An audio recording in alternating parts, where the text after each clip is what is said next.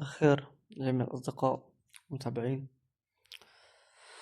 بدي أحكي تقريبا تفاصيل بسيطة عن تقريبا 65 دقيقة أو 70 دقيقة مباراة فريق الوحدة مع حمص فداء. يعني الله يكون بعون اللعيبة. يعني ديت مش على فريق الوحدة، ديت كمان على فريق الوسبة. مو بس عشان الموضوع تقديم مستوى خرافي، لأن الفريقين عندهم منظومة كتير جيدة، عنده أسماء كتير مهمة ورائعة بصراحة. دايت عليهم موضوع الأرض الملعب، يعني يا حرام. يعني إن كان لفريق الوحدة أو كان فريق الوسبة عم يحاولوا يسددوا طابة أرضية أو شوي عالية، ما عم يقدروا. يعني عم نشوط طابة بتيجي هيك خفيفة عند اللاعب التاني، بده يلعبها. بتطلع طابة مو ظابطة، عشوائية. منيح ما صار في إصابات كبيرة بالمباراة. أعتقد في إصابة لمصطفى جنين، إن شاء الله تكون هيك خفيفة. مباراة صحيح الأرض ملعب كتير سيئة، بس بصراحة مباراة جيدة. سيئة بكل معنى الكلمة. أرضية الملعب كتير كتير سيئة، كتير سيئة. ما ساعدت يعني الفريقين لتقديم أحسن مباراة السنة بالدوري. سبب الأرضية سيئة، فريق عنده عناصر كتير مميزة بصراحة. يعني لا لاعب قدران يشوط، لا قدران يراوغ، لا قدران يعمل حركة استعراضية. إن كان طابق فوق فوق فوق العشب رفعت، مو قدران لاعب يتحرك. أنا ما فيني أتجبر على اللعيبة، ما فيني أتجبر على اللعيبة قد ما كان في أسماء مميزة. عجبني بهالمباراة بصراحة في أسامة عمر جيد كان. أحمد صالح كان كان كتير رائع. آه في أسماء جيدة، بس أرضية الملعب ما عم تساعدهم. يعني مثل لاعب فارس أرناؤوط، مثل كامل حميشة. في محترف الأجنبي على ما أعتقد أفريقي تبع الوسبة، كتير جيد بقطع الكرات، كتير جيد وطويل وعنده قوة بدنية عالية. لا هالسنة الحمد لله الدوري السوري متميز بصراحة. يعني مع أنه أرض الملعب لا تصلح لا تصلح للعب الطابة، بس الفريقين حاولوا، الله يعطيهم العافية. يعني أنا استغربت كيف يعني قدرنا نجيب جول. يعني مباراة صعبة بصراحة. يعني إن شاء الله ما يكون في إصابات عند فريقين، فريقي وفريق الوسبة. فريقين يعني اسمها كتير جيدة. يعني مارديكيان معروف من هو، كان يلعب مع منتخب الناشئين والشباب والأولمبي والرجال، واحترف بالأردن، واحترف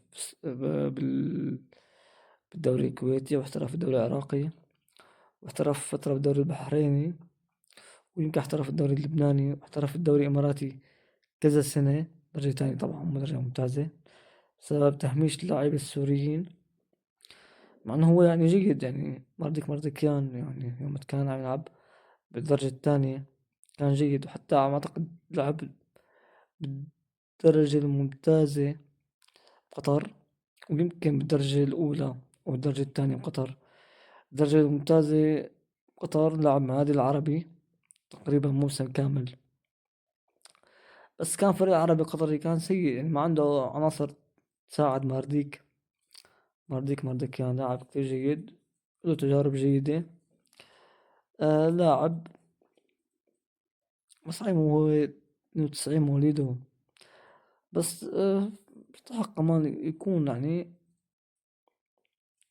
يعني أقل شيء بدورية له جيد، قوة بدنية، التحامات نوعا ما، عنده مهارات عالية، لاعب جيد بصراحة.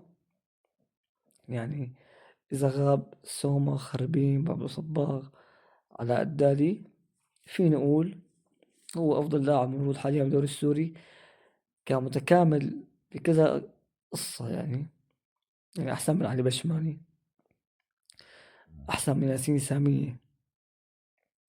ما بدافع عنه لأنه هو نفس مواليدي، في هيك شوية شبه هيك بسيط بينه وبين مارديكيان. هو حباب كتير، يعني حباب كتير، ولاعب جيد، يعني لاعب جيد. يعني عنده أكتر من مسيرته بالمباريات اللي لعبها، كان بالدوري السوري ولا مع المنتخبات الوطنية ولا حتى مع الأندية العربية، لا يقل عن 170 هدف عنده أقل شي. لاعب كتير جيد، لاعب جيد. يعني عم تحكي على أرقام كتير جيدة، أرقام كتير جيدة. مارديكيان أكتر من 170 هدف مسجل بمسيرته، لاعب يعني جيد، يستحق يكون مع المنتخب. يعني هو أفضل مهاجم حاليا لبين ما يتم تجنيس لعيبة، لأنه ما راح يطول. يعني عمر الساعة مخربين ما راح يقدروا يطولوا إلا إذا سمعوا نصيحتي. يعني بابا صباغ وعلاء الدالي لازم سمعوا نصيحتي إنه لعبوا لعبة قتالية. لازم لعبوا لعبة قتالية، أخذوا فيتامينات. الألعاب القتالية بتساعد اللاعب. الألعاب القتالية فيها شغلات مفيدة، يعني مو ضروري جيدو، مو ضروري واحد يلعب جيدو. الجيدو إلى ناس تلعبها. يعني أنا من قبل الأزمة، تقريبا سنة لعبتها. الله يرحم اللي دخلني على هاي اللعبة، كابتن أحمد دهوك، خرج أبطال برياضة الجيدو. شفت فيها هيك فنيات حلوة، لو إنه أنا ما كنت يعني متمرس بهاي اللعبة. آه، طورت تدريجيا، شاركت بطولة دمشق، وحتى تعب معي مدربي أستاذ محمد بشير كامل، كابتن سمير نجار فترة من فترات، وكابتن أنور صالحي، وكابتن جوان الأيوبي. هدول مدربين كتير متميزين بهي رياضة الجيدو. وأستاذ محمد بشير كامل طورني بلعبة الطابة، لأنه بيدخل لعبة الجيدو طابة، يعني بنلعب طابة.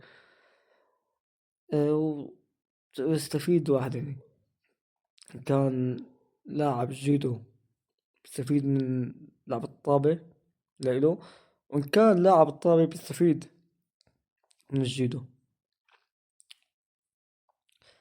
فكرة قدم بدها واحد يلعب لعبة قتالية فيها هيك عنف على موضوع الإصابات، وياخد ديفيت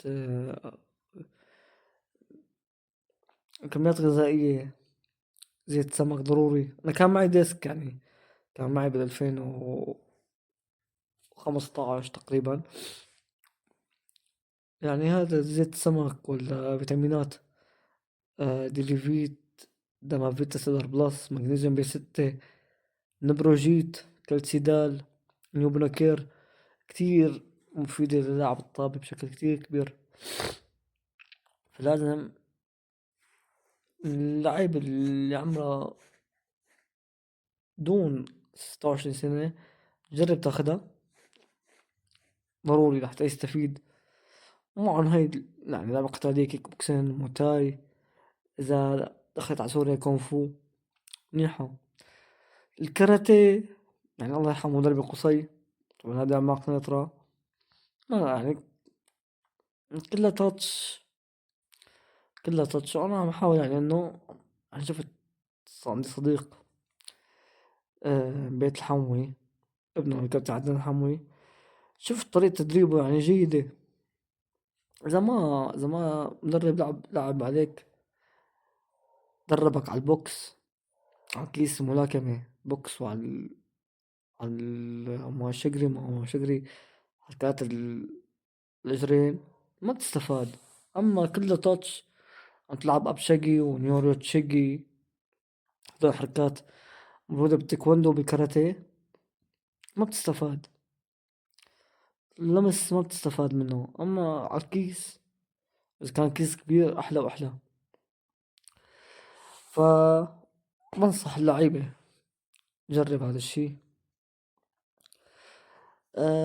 المباراة يعني صحيح أرض الملعب سيئة، بس شفنا ما شفت مباراة مملة، مع إنه أجواء سيئة، أجواء طقس سيء، أرض الملعب بالمرة منتهية الصلاحية.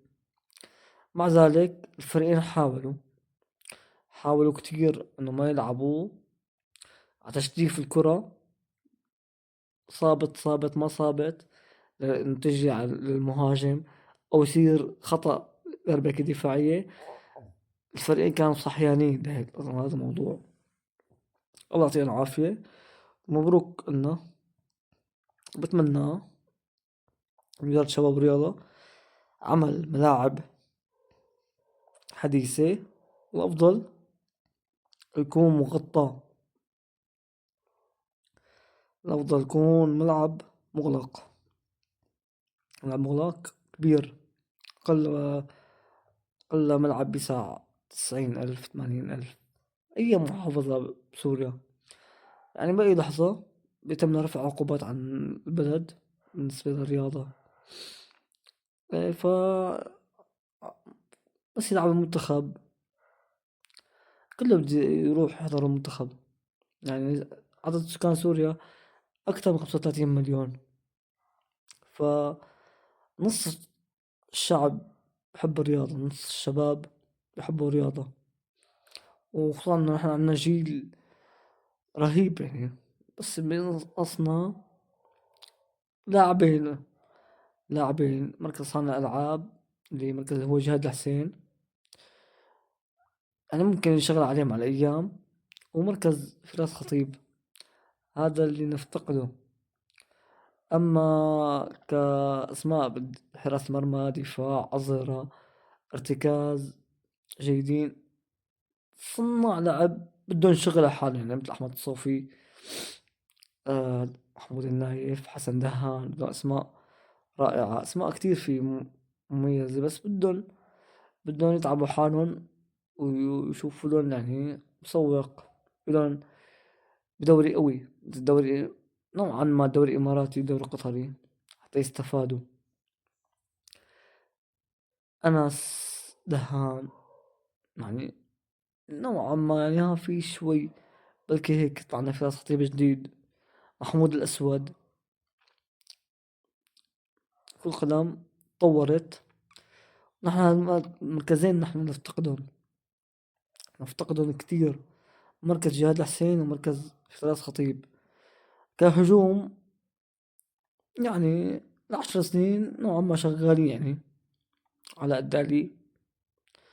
صناعة نادي نواعير، وعنا ذكرى رمضان معه لا يقل عن 13 سنة. عمر خربين عم شوفه يعني، عم تابع مباراته مع الجزيرة، مستوى طيب، تقريبا 19 هدف مسجل خلال أقل من 27 مباراة لعبة بهذا الموسم مع الفريق الوحدة. في أسماء جيدة يعني، ما عنا سيئين يعني، بس لازم نشتغل على حالنا. موضوع مدرب لازم يتأهل، يجي على سوريا يستكشف، شوف لعيبة بكل المراكز يستدعي 5 أو 6 لعيبة كل مركز، مع الأقل بالدفاع يستدعي 12 13 لاعب.